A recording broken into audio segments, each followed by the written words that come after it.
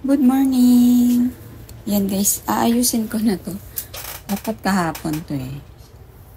Yung mga bago nating succulents is ilalagay ko muna dun sa sister ko para naman gumanda-ganda yung kanilang pagtubo. Yan, nagtanggal na rin ako ng dry leaves nila. Yan, nag-add lang ako ng, ito hindi pwede. Maselan kasi itong si exotic, iiwan ko na lang. Yan. Sino pa ba? Lagay ko muna dito. Teka, hindi kasya. Kasi masyadong malilim dito sa akin. Nandito sila sa pinaka babang rock. So mag-etiolate sila lalo.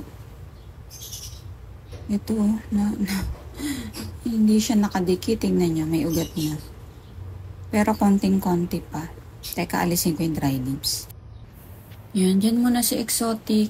Sino pa bang i-add ko? Teka. Etong si Beckia. Kasi itong si Beckia, nawala na yung pagka-red niya talaga. And wala na akong space sa labas. So, makikiano muna. Makiki-border muna sila dun. Isang mesa lang naman. Yan, ganyan lang. Tsaka yung German champ. Itong mga maliliit, dito na lang muna. Ito, i-combine ko kasi sila. So, dito lang din muna sila. Ayan, kumusta naman? Good morning, good morning. Ayan guys, nag-ano ako ng ibang gym, no? Yung namumutla, lalagay ko naman dito. Ayan, check natin sa labas. Yan, sumisikat na yung araw guys, sa wakas. Parang mula Friday, weekend. Pero kahapon sumikat na siya mga tanghali. Yan, nilabas ko rin si Mangustin. Check ko kung magbablock siya uli. So, wait natin ng ilang days. Yan, yung ibang gym na ko dito guys. Ayan yung nasa crack egg. Inalis ko na yung partner nila. Kasi nagpang-abot na talaga sila. Yan, inalis ko na din. Ayan ang ating mga halaman. So, malapit na guys ang Christmas. So, kumusta naman? So, inaano ko talaga yung kung kasali kayo sa group na Succulent Club Philippines, ay saying doon na choose to be kind. So, ngayong Christmas season, let's remember let's choose to be kind always. Kasi, hindi naman porket Pasko is masaya ang lahat. So, meron sa atin maraming problema sa health, financially, emotionally. So, yun ang natin guys. Hindi porket Pasko, masaya ang lahat. Yung iba, pinipilit maging masaya, pero mas lalong nararamdaman yung lungkot. Dahil nga, Pasko. Ayan. Wala, tignan nyo. May kumalkal na naman dito, oh. Inaprot pa yung gymno ko.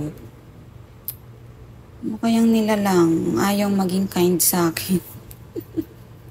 Ano kaya to? Ginulo ng ginulo, oh. Aayusin ko nga. Kaya nga ako naglagay ng gymno para hindi kalkalin. Ayan. Kawawa na naman si Aaron P. Talaga ang problema ko. Ito lang ito yung lagi niyang kinakalkal. Ayusin ko na nga lang. Yan. So, ayun na nga. Kahit busy tayo, guys. Let's choose to be kind this season. Kasi hindi naman lahat ay masaya. Buti na lang ang ating mga halaman is nagpapasaya talaga sa atin. Yan, every morning, nagpapasaya talaga sila sa atin. Tingnan nyo si Burrito.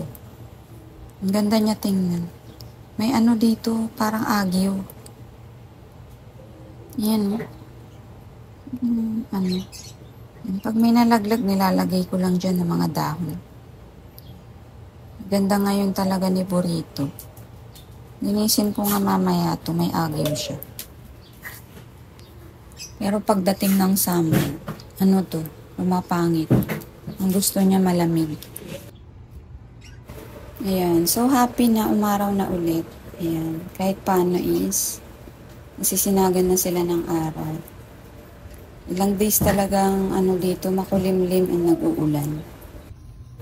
Tingnan nyo naman yung ginawa. Minasak-wasak talaga. Napakadaming dahon, no? Ay, nako. Kalbo na siya, oh. Hindi ko lang paano aayusin. Iniisip ko kung a-uproot ko ba sila. Kasi cuttings ko lang to na Aron P. Ayan, oh. Nakalbo, oh. Bali-bali, oh. Ano kayang nilalang to? Pusa kaya to, o daga? Ayan guys, tingnan nyo yung dahon na natanggal. Sobrang dami. Ayan, inayos ko na. Maglalagay sana ko dyan ng gymno pa, kaya lang, masikip na. And grabe yung ugat ng Aron P. Sobrang dami na nilang ugat guys, as in. Kung i-uproot ko sana, tatanim ulit, mahirap na. Ayan, nilagay ko na lang yung mga dahon-dahon dyan, yung healthy. Ayan, tutubo naman yan. Gaganda ulit yan. Sana hindi na bumalik yung nag-aano dito. Lalabas ko na rin. Ayan, nagtanggal na rin ako ng mga dry leaves. Ayan, so may Christmas party pa yung anak ko mamaya. Yung bunso ko kasi, dalawa yung party niya. Kahapon tsaka mamaya. So yung panganay ko tapos na kahapon. Yan, makakapagpahinga na sila. So kayo ba guys? Enjoy nyo lang ang Christmas season and holidays with your loved ones. Yan ang mahalaga, kasama natin ang ating mga pamilya, ang ating mahal sa buhay. And ingat lang kayo palagi and enjoy the season. And vacation, the time well spent with them, yun ang importante. And makakapagtanim na ang ating mga plantito-plantita dyan na working. It's your time to check on your plants. So ayan, enjoy the holidays and stay safe always. And please don't forget to like, share, and subscribe. Thank you so much. Ingat.